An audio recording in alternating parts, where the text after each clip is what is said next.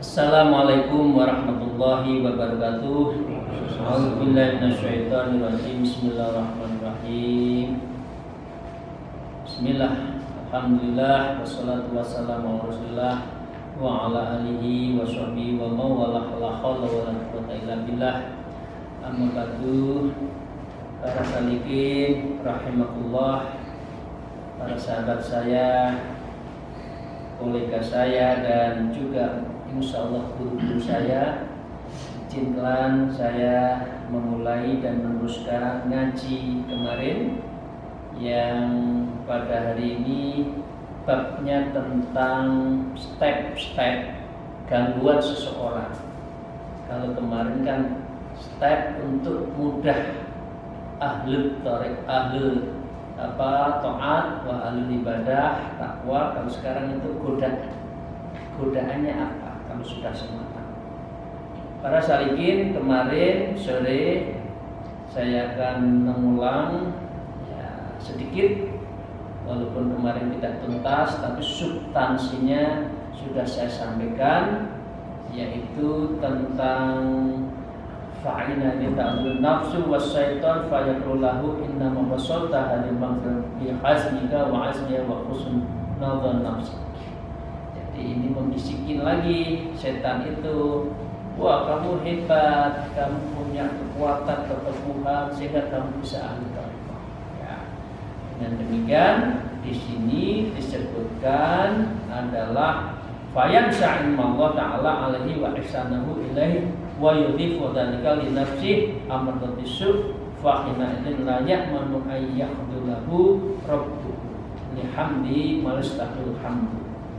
Jadi dengan demikian, karena dia merasa dia itu hebat, sudah mampu mengalahkan nafsunya, sehingga cenderung dia itu melupakan anugerah Allah, ya.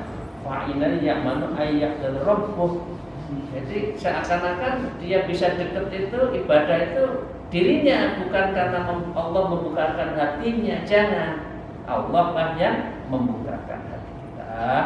Lihat midi miyastahikul hamdu, sehingga dengan demikian kamu itu menyisipkan seakan-akan diri ya, yang bisa. Sekarang wa tariqu fi dzalik ayyaqul li nafsi kaifa ta'ina annaka wasata ila hada bi hazmika wa azmika wa anta ma tahalti fihi illa karihan abiyahan. Nah, setelah itu Anda harus tuturi ya. Bagaimana kaifa ta'ina annaka wasata ila hada bi hazmika wa azmika, kamu harus tuturi kamu itu bisa teguh karena apa ya, bi azmika ya, wa azmika, dan kamu itu punya tekad itu karena apa ya, sehingga kamu kok ya melakukan itu. Jangan-jangan illa karihan wa abiyahan, jangan-jangan kamu itu beribadah karena terpaksa ya. Jadi godaan untuk membersihkan hati itu sudah ingin, tapi diingatkan jangan terpaksa. Allahu Akbar itu jangan tergesa-gesa, nikmati sholat. Jadi jangan-jangan kamu itu terpaksa.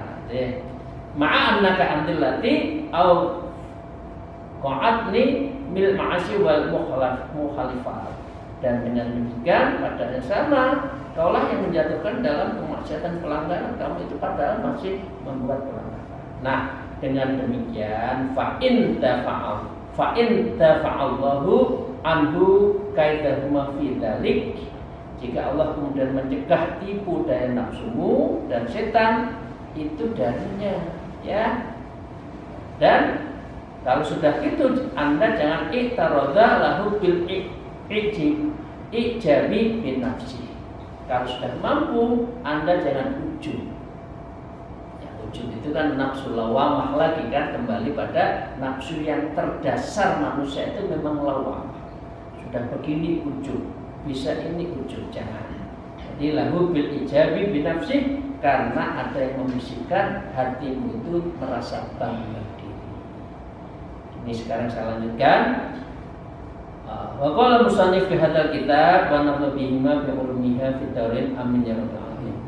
Wa tariquhu fi taf'il ijab anna yudzakkara nafsahu bi anna khairu ummatin ukhrijat linnasi ajabatha kathratuha yauma hunain falam tughni anhum syai'an wa dhaqat alil ard bima raqubat thumma wallau mudbiri.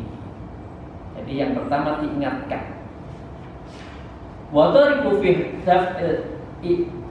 ijab, jalan, cara, teknik, sistem, kaifiat ya, vitamin ijab untuk menghindari kita itu bangga diri adalah ayyudak karena nafsu bi anna khairon ummati ukhrijat lin ajabi ya. Jadi dengan demikian kita diingatkan ya, ukhrijat lin nasi ajabatha kathratuha yauma hunain. Kita diingatkan oleh perang Hunain. Perang Hunain itu diingatkan orang banyak yang mau perang itu banyak, jumlahnya lebih banyak daripada musuh, tapi niatnya sudah nggak benar. Jadi dengan demikian amal Anda banyak, semangat Anda banyak, kemudian Anda ujub, Anda hasad kepada orang yang tidak ahli ibadah, nggak ada artinya. Itu ibarat perang Hunain, diingatkan, kamu kalau sudah ahli ibadah yang ikhlas, jangan ujub, jangan itu merasa saya mampu. Enggak, Allah yang bisa kita ya, karena Allah itu adalah wala muslim wala kaifin. Allah itu yang kuasa, tidak ada padanannya. Apalagi kita yang merasa seakan-akan menjadi Tuhan kecil, jangan. Itu diingatkan, ukhrijat linnas a'jabtaha kasratuha. Yang keluar itu banyak. Yaum Hunain di dalam perang Hunain, tapi tidak ada manfaatnya. Itu ya. Fa'lam tughni anhum syai'an. Ini tidak ada artinya wa dhaqat anhum ard, padahal dia itu bersebaran di bumi di padang perang yang begitu luas ya, bima rahubat thumma walau mudbirin, kemudian justru berbalik belakang dan tunggang langgang. Pengertiannya gini para sahabat, jangan kita alhamdulillah insyaallah Allahumma amin, kita amal kita banyak, tapi jangan di ujung usia kita hangus semua. Hangusnya itu karena dua ya, suka menfitnah, ujub ya, dan yang berbuat hasad. Tiga. Inilah yang akan memakan amal-amal kita. Karena itu yang disebut dengan orang rugi adalah orang yang di ujungnya ini adalah tidak punya amal, orang yang bangkrut, bankrupt. Orang yang bankrupt itu adalah orang yang amalnya merasa banyak, tapi sesungguhnya sudah enggak. Karena apa? Ahlul fitnah, tukang fitnah. Yang kedua hasad, ahlul hasad. Yang ketiga adalah dia itu takabur atau ujub. Nah, seperti perang Hunain, merasa banyak menang, ternyata tunggang langgang kalah. Nah, itu diingatkan. Ya, jangan kita seakan-akan, amal saya banyak. Lah memangnya kamu itu kantor akuntan publik apa? Yang tahu neraca, ya plus minus, ya kami surplus, defisit. Allah kamu kasih tahu, kamu memang akuntan yang bisa berdialog dengan Allah. Nah, jangan merasa kita itu pasti diterima. Tapi kalau beramal jelek pasti dicatat, kalau amal baik belum tentu. Kecuali rahmat Allah yang bisa menyelamatkan. Ya, ini pengertiannya di sini, pengertian dari yang benar. Yang selanjutnya, kalau musannif wa kadzalika Dawud alaihissalam lamma ajabtahu nafsuhu utina bil mar'i ala madzabahu ta'ala fi kitabihi.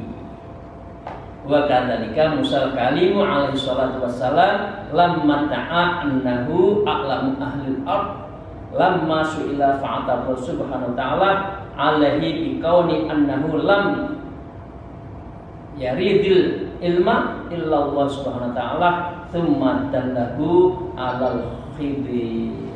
Nah, ini saya akan menutup dengan paragraf ini 2 cerita Nabi Daud dan Nabi Musa yang menjadi bagian dari cara untuk menuturi kita agar tidak melakukan seperti ini. Apa yang terjadi? Wa kadzalika Daud alaihissalam lamma ajabtahu nafsu. Cerita tentang Nabi Daud alaihissalam yang dia itu merasa ajab, merasa ujub terhadap dirinya. Dia nantang Allah. Begini nantangnya, ya Allah, apa yang akan saya tinggalkan keutamaan-keutamaan umat saya, sejarah saya? Ya, Nabi Ibrahim telah keuji dan berhasil untuk menyembelih anaknya ikhlas. Ya. Kemudian Nabi Ishak selama dalam hidupnya berjuang, kedua matanya buta, ikhlas menjalani. Kemudian Nabi Yakub kehilangan anak tersayangnya Nabi Yusuf, dengan segala ceritanya itu sampai nangis selama hidupnya, ikhlas. Akhirnya Nabi Yusuf berhasil menjadi raja Mesir. Nah, Nabi Daud boleh nantang, ya Allah, beri saya ujian. Hebat ya, beri saya ujian, karena saya ingin ada keutamaan saya, yang jangan keutamaan itu diambil oleh itu saja. Jangan milih wali itu saja, saya juga ingin wali. Nah, kira-kira kan gitu modelnya. Dan dia nantang pada Allah. Pada saat sama diujilah.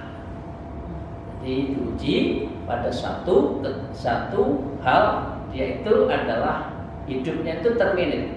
Satu hari urusan Allah, ibadah. Satu hari urusan umat, satu hari urusan istri-istrinya. Maaf kalau saya sebut istri-istrinya.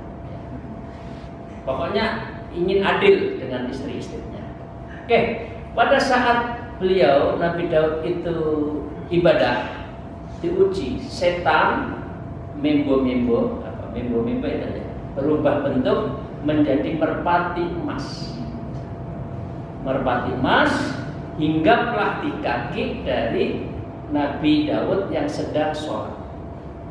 Terpengaruhlah Nabi Daud terhadap merpati emas itu, dipegang lari, dikejar terus.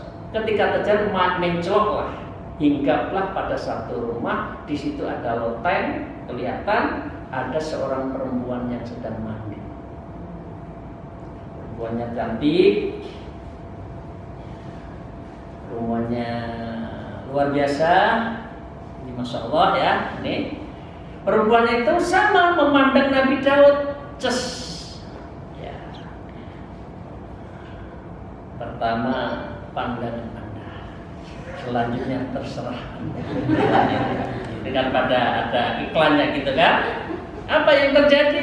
Terjadilah pandangan pertama antara si perempuan dengan Nabi Daud. Nah, perempuan itu rupanya sudah bagian dari ujian Allah. Rambutnya dikibaskan, sanslik nih, gitu kan. Nah, hati lelaki mana? Katakan gitu. Kalau orang cantik, rambutnya dikibaskan gitu, kalau hatinya tak terpacu, oke lah, ketahuan si perempuan itu ternyata sudah punya suami namanya Uria bin Hana. Karena Nabi Daud itu raja, merintahkan pada panglima, Uria bin Hana, dia adalah tentara kita, suruh ikut perang. Ikut perang akhirnya meninggal. Apa namanya? Sabit binti Syaib, yang istri yang cantik, perempuan yang cantik tadi kemudian dinikahin karena sudah tidak punya suami. Jadi inilah cara Allah menguji. Jangan pernah Anda, kita semua itu merasa bangga, ujub terhadap amal kita. Apa yang terjadi setelah jadi istri? Ya, karena dia raja, Nabi Daud.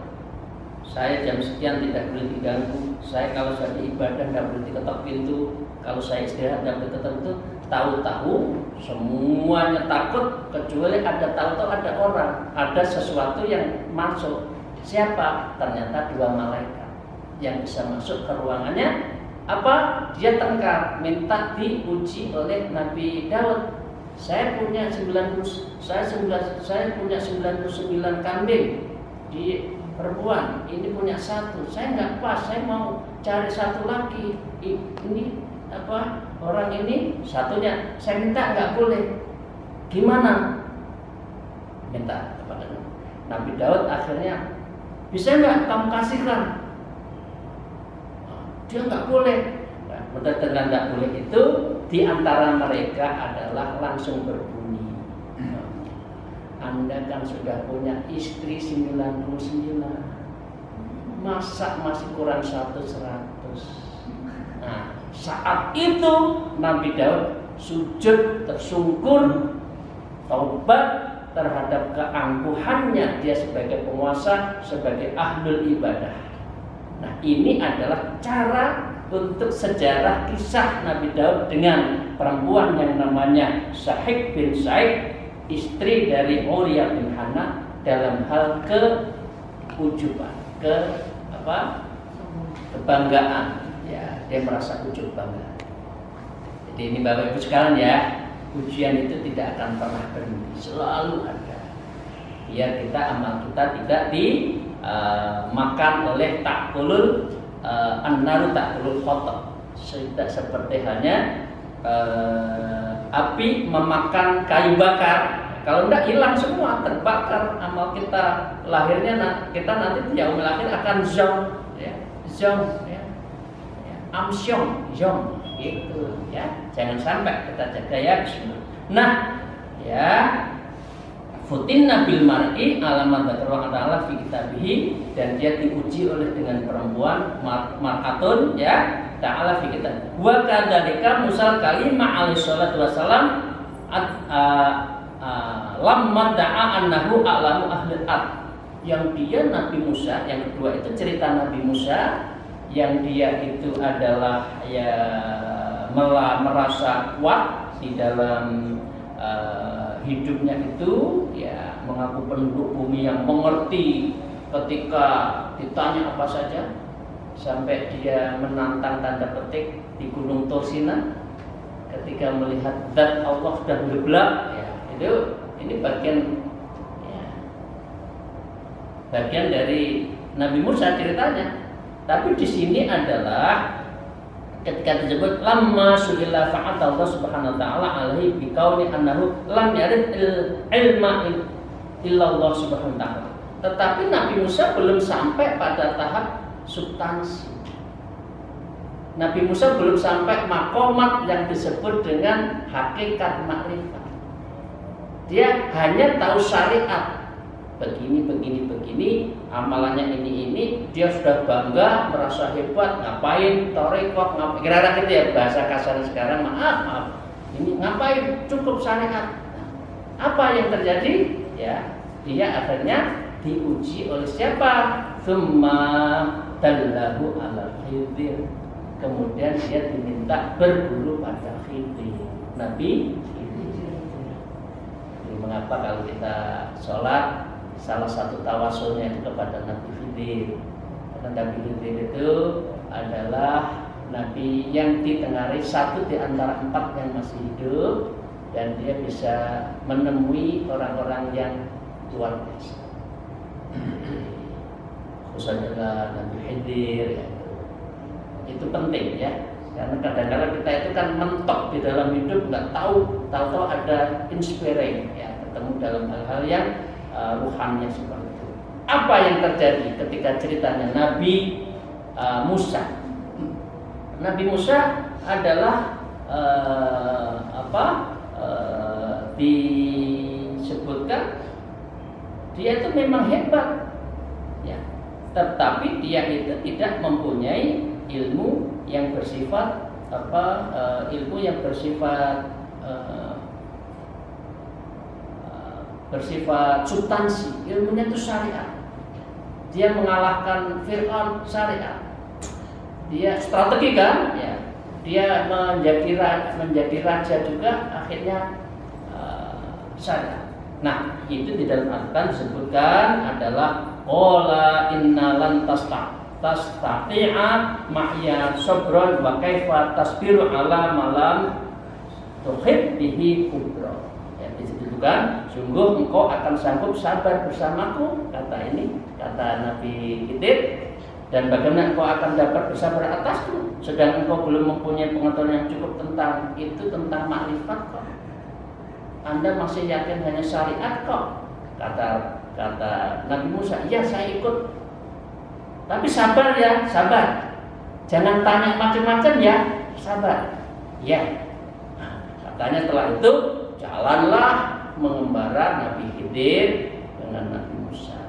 Pertama menemukan, tahu-tahu ada perahu di Lubani. Perahu bagus kok di Lubani. Diam, jangan tanya. Kamu kan sudah janji mau sabar ikut saya.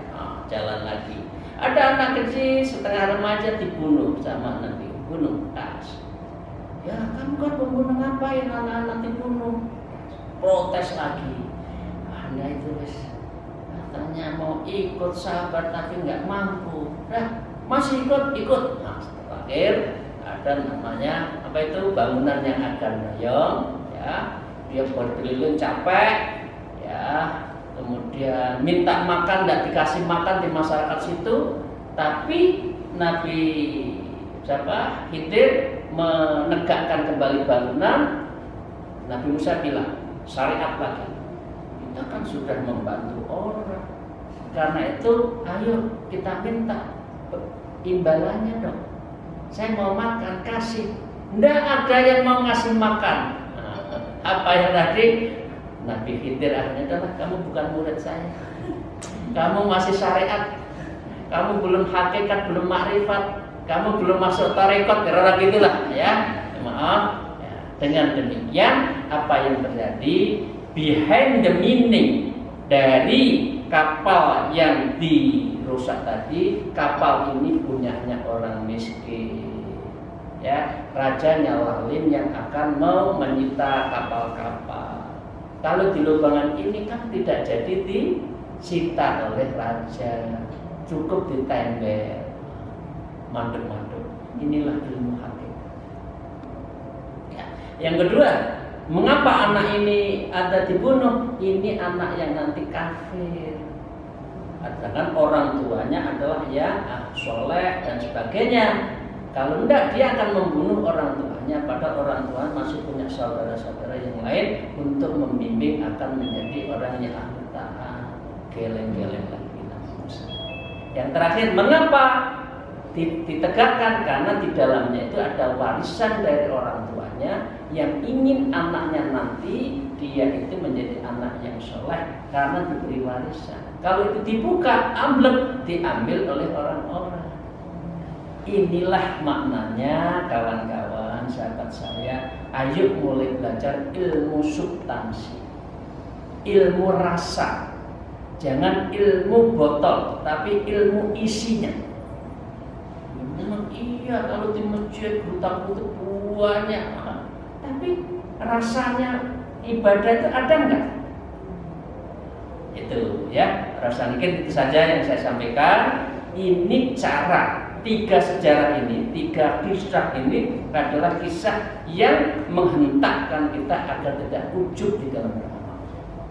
Sehingga dengan demikian kita betul-betul menjadi ahlul ikhlas di dalam beribadah, dan kita akan dibimbing mendapat ma'unah, mendapat ridho Allah, dan nanti masuk surga karena rahmatnya. Amin ya rabbal alamin. Akhirul kalam, alaikum wallahul muwafiq illa aqwamit thariq. Wassalamualaikum warahmatullahi wabarakatuh.